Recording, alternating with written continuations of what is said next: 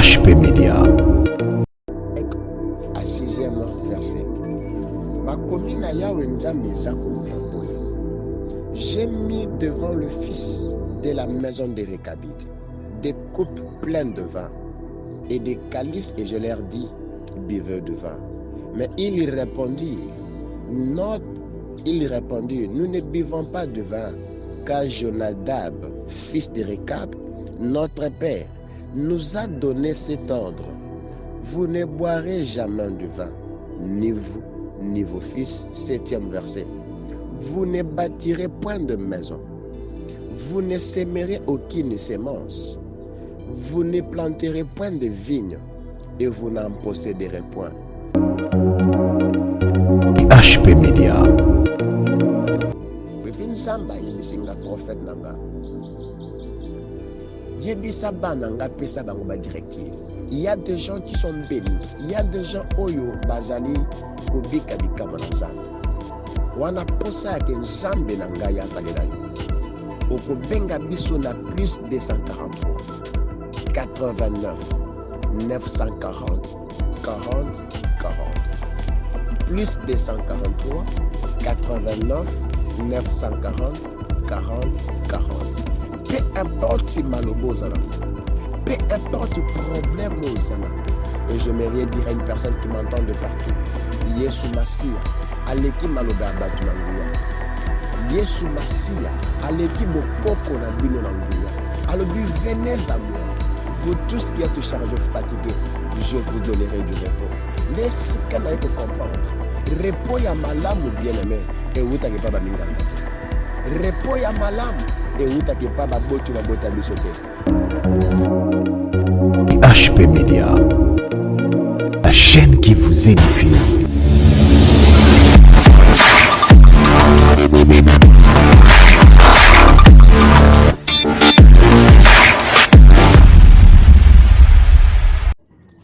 Shalom, shalom peuple de Dieu. Bisika nyonso ezwami bino tika yawe nzambe na bomoi apambola bino. Nayebisaka batu nyonso toyaka na ba télévision pamba te, toyaka pe na ba média pamba te. Soki toye parce que nzambe mutu abengisi biso. Poto pesa batu message oyo mokeli apesi biso. Eza wabino révérend prophète Steve Okoka, le messager de l'Éternel. Nalingi lelo naebisa batu makambo oyo nzambe na bikamwa apesi biso pe atie na motema na ngai. Nasali expérience na nzambe apesi nga enseignement oyo esimbi mitema ya batu oyo ezopambola batu partout dans le monde, oyo tozali ko recevoir ba témoignages de partout. Yambo nakota na message oyo nzambe apesinga, nalingi ete tosambela nzambe. Nzambe nalola mokonzi ya milimo nyonso, natiki moma oyo nasala loboko na yo. Nzambe tika ete mutu nyonso akozwa libaku ya kolanda biso, apambola mabesika azwami. Oza nzambe oyo tindaka basali na yo po bakende kokangola batu nyonso oyo bazwami na maboko ya Satana. Zala liboso na biso nzambe, na sima na biso mobateli pe mobikisi, na nguya na Kristo mokonzi oyo akufa pe asekwa. Nde tolobi bongo amen. Lelo na ye ko partager na bino enseignement moko malamu oyo ezopambola batu par de le monde. Thème oyo qui est derrière ta souffrance. Nani azana sima ya bapasi na yo? Nani azana sima ya libala na yo? Nani azana sima ya ba projet na yo? Nani ana sima ya mukanda na yo? Nani ana sima ya santé na yo? Nani yango ana sima ya makambo na yo? Nzambe atelemisi nga lelo pona kopesa yo ba piste oyo kobima na problème oza nango. Qui est derrière ma souffrance? Nayebisaka bato tango nyonso, derrière tout acte il y a un esprit. Na sima ya problème nyonso, il y a quelque chose qui est caché. Soko tali malamu ndenge obotama, oko réaliser que vie na yo ezokende malamu te. Oko réaliser que tout ce que tu es en train de faire, ça ne marche pas. Fiancé sokaye aoumelakate, et puis de plus soka beto li solo ya libala. Il y a une incompréhension totale qui va se poser au moni akei.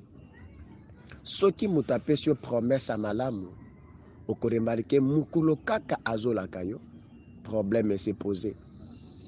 Soki babengi yo kete okende kozwa mukanda, tu vas remarquer il y a des choses qui arrivent. Okomona ba maladie eza répété. Ceux qui malades esili na février, na mars il faut bela. Ceux qui est loka malamu elinge ya na vie na yo, il y a toujours un problème qui arrive. Nazali kozwa bapel de partout au monde. Il y a batu ba ko benga babi papa. Tozo comprendre te problème sokeye esili après ezozonga lisusu. Est-ce que Nzambe asisaka problème bala moko te? Nzambe atelemisanga pona problème na yo. Nazaka ka prophète ya koyebisa yo problème na ote, na osala diagnostic ya problème na pe ko peso piste ya solution. Qui est derrière ma souffrance? Et loko ya liboso eza derrière ya souffrance, première des choses sont des paroles prononcées. Maloba o baloba. Yango tozana mukanda ya Jérémie 35. Verset nango 5. Na 6e verset, chapitre 35, verset 5 à 6e verset. Makomi na yawe nzambe eza koloba boye. J'ai mis devant le fils de la maison de Récabite des coupes pleines de vin et des calices, et je leur dis, buvez de vin. Mais ils répondirent, nous ne buvons pas de vin, car Jonadab, fils de Récab, notre père, nous a donné cet ordre. Vous ne boirez jamais de vin, ni vous, ni vos fils. 7e verset. Vous ne bâtirez point de maison. Vous ne sèmerez aucune semence. Vous ne planterez point de vignes, et vous n'en posséderez point. Mais vous habiterez sous des tentes toute votre vie, afin que vous viviez longtemps dans le pays où vous êtes étrangers. Awa libota oyo ba mikuti na pasi. Parce que bakoko na bango alobaka maloba moko. Alobi ndenge boza boye moko te na kati na bino akomela vino. Alobi ezala bino, ezala bana na bino. Pe ake plus loin pour dire, vous ne bâtirez point de maison, vous ne sèmerez aucune semence, et vous ne planterez point de vigne, et vous n'en posséderez point. Eza maloba eloba maka likolo ya mutu moko, mais kititi na descendance. C'est pourquoi okobika makambo eza ya yote yaya. Ba problème okobika eza ya yote. Bitumba okobundisama eza ya yote. Lelo koti na passe, lelo komi na milelo. Lelo komi na problème ozoyeba te nzambe na sala nini. Or ke na liboto botama balobaka maloba moko. Ke mwasi akosi sa classe, mais musala akozwa te. Mobali oyo akozala mobali ya malonga. Kutu na tango na ye azalaka CP ya promotion. Akozwa na ye diplôme, ma akozwa musala te. Na kati ya libota wabiki te, bokozala basi kitoko. Bokobota bana, mais libala bokozwa yango te. Mutu azo subir makambo ayeba te. Yaya bitumba oza nango, eza bitumba na yo te. Eza bitumba ya maloba moko eloba maka. Yango nzambe atelemisi nga lelo pona yebisa yo. Soko zo remarke makambo oyo, nzambe atelemisi nga prophète pona yo. Nzambe atelemisi nga pona koyebisa qui est derrière ta souffrance. Komesanaka te na pasi yaya. Ozomona makambo ezotambola malamu tofandi kimia. Olobi na lembi na sambeli te. Celui qui persévère jusqu'à la fin sera sauvé. Eza mosusu abenga parti à Australie abi papa. Na consulté ba prophète tango mulayi. Na consulté basali na Nzambe na koma dessus. Bien aimé. Albi papa na osambela te. Soki Nzambe asali te avanda tika na yebisa yo. Soki batu moko baya ko déranger bomoi na yo Nzambe atinga pona problème na yo. Je veux aussi dire à une personne qui m'entend de partout où tu es. Na vie ya mutu Nzambe disposa prophète moko pona vie na ye. Na vie ya mutu, il y a un prophète qui peut faire quelque chose dans ta vie. Maloba oyo loba na kati ya famille ozo subir yango. Oana kati ya mboka na mukanda c'est un problème. Fiancé soka bandi li solo na yo. Suka suka. Il faut akende. Et puis soka beti li solo alibala. Et le musala soko lingo zwa musala problème il faut ya bato oyo zwa kate. Nzamba telemi Singapour na yo. Yaya ko dutete maloba o soka maloba na Nzambe. Bato ba ko témoigner bikamo na Nzambe de partout esika oza. Soko ana lisungi to sambela Nzambe. Et puis Nzamba yebisinga prophète nanga. Yebisa bana nga pesa bango ba directive. Il y a des gens qui sont bénis. Il y a des gens oyo bazali ko bika bikamo na Nzambe. Wana posa yake Nzambe na nga ya salela yo. Oko benga biso na plus 243 89 940 40 40 plus 243 89 940 40 40. Peu importe si malobo zanango, peu importe le problème aux zanango, et j'aimerais dire à une personne qui m'entend de partout, Yesu Masia, aleki maloba ya batu na nguya. Yesu Masia, aleki bokoko na bino na nguya. Alobi, venez à moi, vous tous qui êtes chargés fatigués, je vous donnerai du repos. Nesika na yeko comprendre. Repos ya malamu bien-aimé, et wutake pa ba mingangate. Repos ya malamu, et wutake pa ba botu ba bota bisote. Mais repos ya malonga, et wutake pa Yesu Masi. Le temps de Dieu a sonné dans ta vie. Soko yoki message oyo. Ya qui est derrière ta souffrance? Tala na vie na yo. Tala makambo ezo komela yo. Pourquoi kaka yo? Pourquoi bapasi ya boye kaka yo? Pourquoi libala ezoyate? Pourquoi bana bazo kufa kufa? Pourquoi ozana kati ya libala bana bayakate? Et puis libala na yo comme na problème. Kala mingi te libala inge kufa yo. Benga biso na numéro to pesio. Toko sunga o na prière. Oko landa ba directive en Nzambe penza ba ko pambola yo. Des paroles prononcées koti batu na pasi. Malobo bakoko baloba bien aimé. Ezana mutu moko ba bengi Eli. Eli après avoir koboma ba prophète de Baal. Jézabel ayoki kanda atindi messager na ye akendo yebisa Eli. Alobi ndenge prophète Eli akati ba prophète nanga mitu. Ngape na kokata ye. Yaya Eli Nzamba zue Jézabel akei. Mais maloba o Jézabel aloba etikala. Ezana mutu moko mone ya Jean-Baptiste. La Bible dit ayaka na molimo ya Abraham te. Ayaka na molimo ya Jacob te. Mais sur Jean-Baptiste, il avait l'esprit d'Élie. Tango azoya, akuti maloba wana ezo pese likola bomoi na ye. Ezana elenge mwasi moko azako bina na fete ya Herodias. Mokonzi asepeli atune elenge mwasi alobi obini osepeli singai olingi na salela yo nini. Akepa mama na ye abisi mama na sepeli si mokonzi. Mokonzi atuninga na salela ye nini. Alobi senga na mokonzi apesa o mutu ya Jean-Baptiste na sani ya mbele. Jean-Baptiste ayoko subir conséquences ya malobe zaka ya ete. Babandi Jean-Baptiste te mutu a présenta biso Yesu abi voici l'agneau de Dieu qui ôte le péché du monde. Yaya malobe zo retenir ba vie ya batu. Malobe kanga mabala ya batu. Malobe kanga bana. Malobe kanga mapamboli. Lelo Nzamba telemisinga prophète ou apesinga clé ya ofungo la vie na yo. Yaya ko dutete. Soko zo remarquer soki ba sinyo na zoloba. Ezana kati ya vie na yo. Benga. Toko peso ba directive. Et puis Nzamba lobaka na ngai. Soki muto ayoki ngai.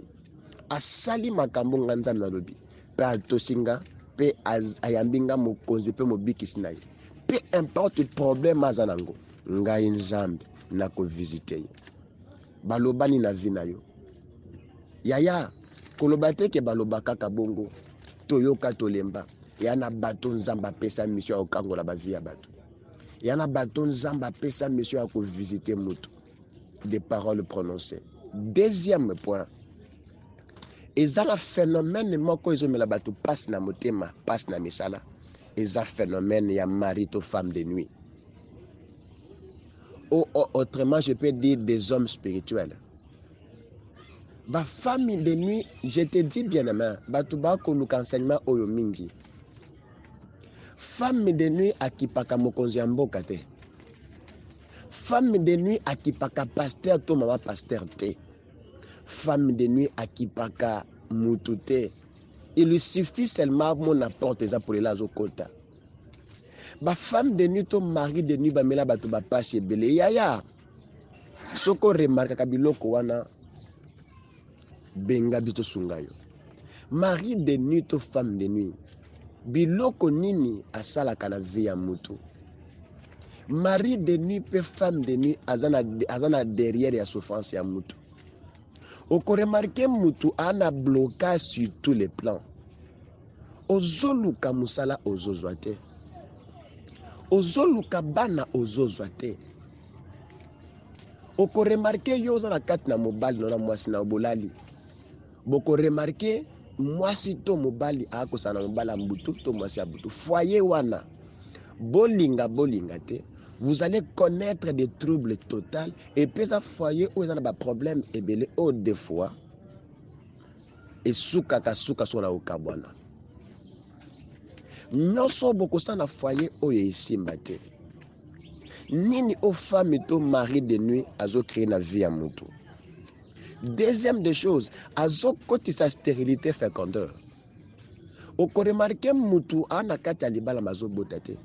Ok, yena mari to na famille wasinda bota na butu. Comment mutu abota na sena moi awa? Yaya, soko zo remarqué ko sangisa nzoto na mobali ya butu, to na mwasi ya butu. Yaya benga to sambela pona yo. Oko remarqué bato ba sambeli pona yo. Après quelque temps ezongi lisusu. C'est que basalio délivrance malamute. Nzamba pesi biso clé. Ya ko sambela pona yo. Oko landaka ba directive to ko pesa yo. Nzambe akopambula po kobika okozo délivrance na yo. Bato o bazo bika nzambe baza bato bazo landa biso bazo yoka biso ba osala. Nzamba pambola mama Charlotte esikaza na France. Nzamba pambola makasi madame Maggie waza na États-Unis. Nzamba pambola mwana nga pasteur André waza na Canada. Nzamba pambola mama Mariette. Bato bazo bika nzambe na biso. Bato bazo yoka makambo nzamba bazo bika. Azalaka na mari de nuit pendant 5 ans. Rien n'allait pas dans sa vie. Abenga biso to landele prière. To pese ba directive il y a 3 jours. Mari de nuit à longue. Yaya. Ozana kacha libala me bana bayaka te.